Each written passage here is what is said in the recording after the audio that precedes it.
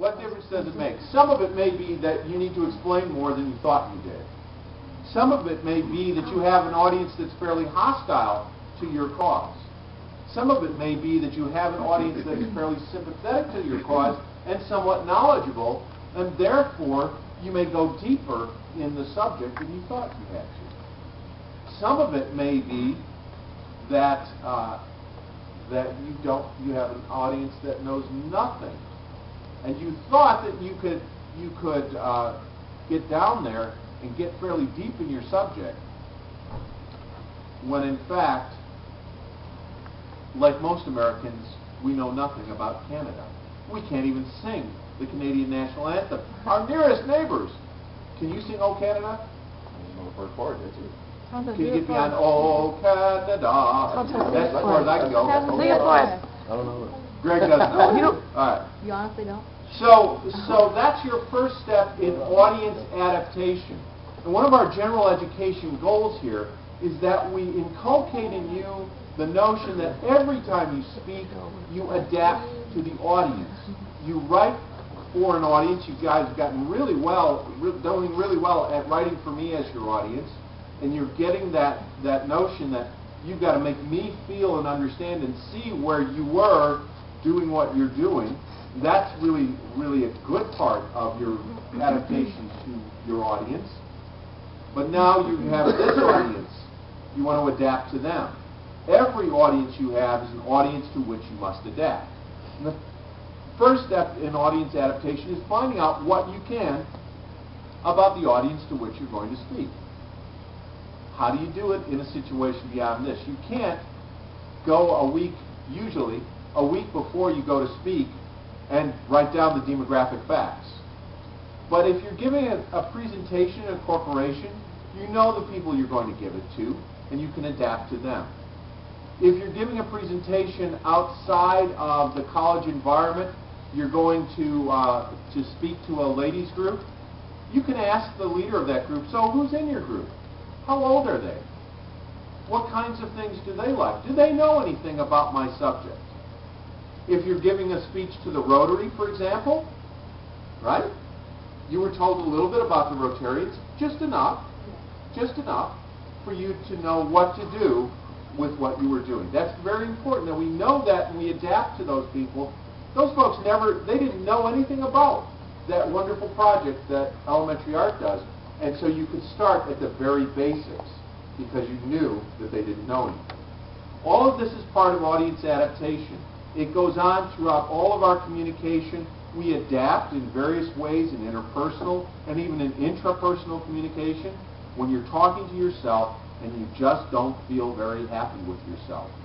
You talk to yourself differently than those moments when you feel joy. When you talk to another and they're not feeling very happy, you talk to them very differently than you would talk to them when they're overjoyed. Okay? So we adapt. We know how to do it. Now we just have to do it to a larger audience in which we may not know everything. We also adapt when we get up to speak. So audience adaptation doesn't stop by your research. And it is something that I judge, by the way, in terms of evaluating your speech. It doesn't stop with your research. It keeps on going while you're talking.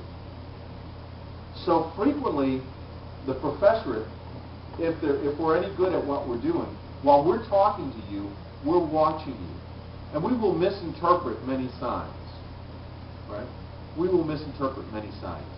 If Greg, for example, takes the brim of his hat, I'm going to ask you to do this, please, and pulls it down so that you can't see his eyes, tilt it a little further. Tilt it even further. Pick it up and tilt it. There you go. Don't squish your head down. And it looks like, go ahead and looks down at his paper. Most professors will look at this and say, what? He is doing what? Sleeping. He's sleeping. In fact, I had a student at St. Olaf, in one of the first college speech classes I taught, I had a student at St. Olaf who gave me one of the most memorable speeches that I had in any class, and that was how to sleep in class and not get caught. In those days, I would allow trivial subjects. I don't allow those anymore. But that was a memorable speech. That was a memorable speech. And you don't allow them anymore. No, I don't allow trivial subjects anymore. I want you to do a little bit more on that. Because part of becoming an educated person is to know when to do trivial things and when to do non-trivial things. And this is a class to do substantial things in, as we have proven by our group role play. Yeah. That was pretty substantial stuff last time. Okay. You adapt as you speak. What are some strategies if you see you're losing your audience? Some strategies you might employ as a speaker if you're losing your audience. Jenny? Use different tones of voice. Use different tones of voice. Like what? Melodic. Speak melodically. What exactly does she mean, speak melodically? What does that mean to you? Let them guess what you mean. I think I understand what you mean. Let's see what folks would guess that means. Susanna? Oh, well, to think more of a not just going on. Not in, you don't want to do the Ben Stein. Right?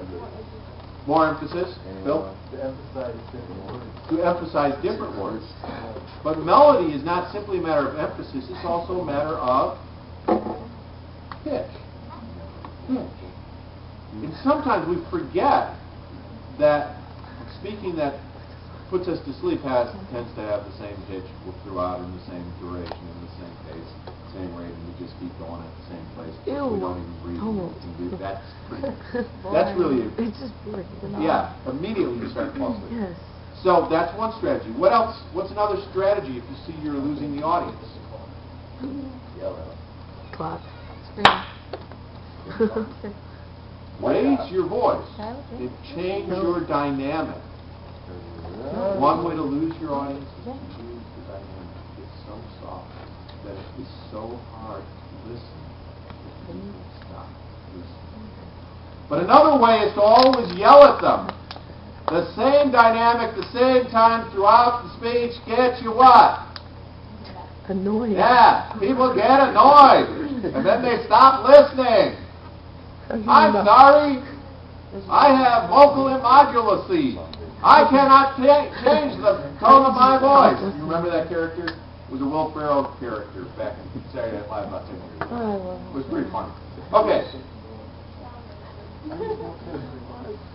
What else can you do to get your audience's attention? Tell a joke. Tell a serious story. Either one will get your audience's attention. Should you build this into your speech? No. Yes. Yes. Build these things into your speech. Be ready for them. You don't always have to use everything you've got. Be ready. What do I do with the attention flags? How do I get my audience back? You've got to be aware of them, first of all. That means that even if you have high speech anxiety, you sometimes have to look up at us. Sometimes. You have to what? You can do it, KP. You have to what? Look up You at have to people. look up at Oh, me. no. I just like this. Sometime I don't during know. those 5 to 7 minutes, look up. One will look away. Here is a thought to help you look up at us. We want to know what you have to say.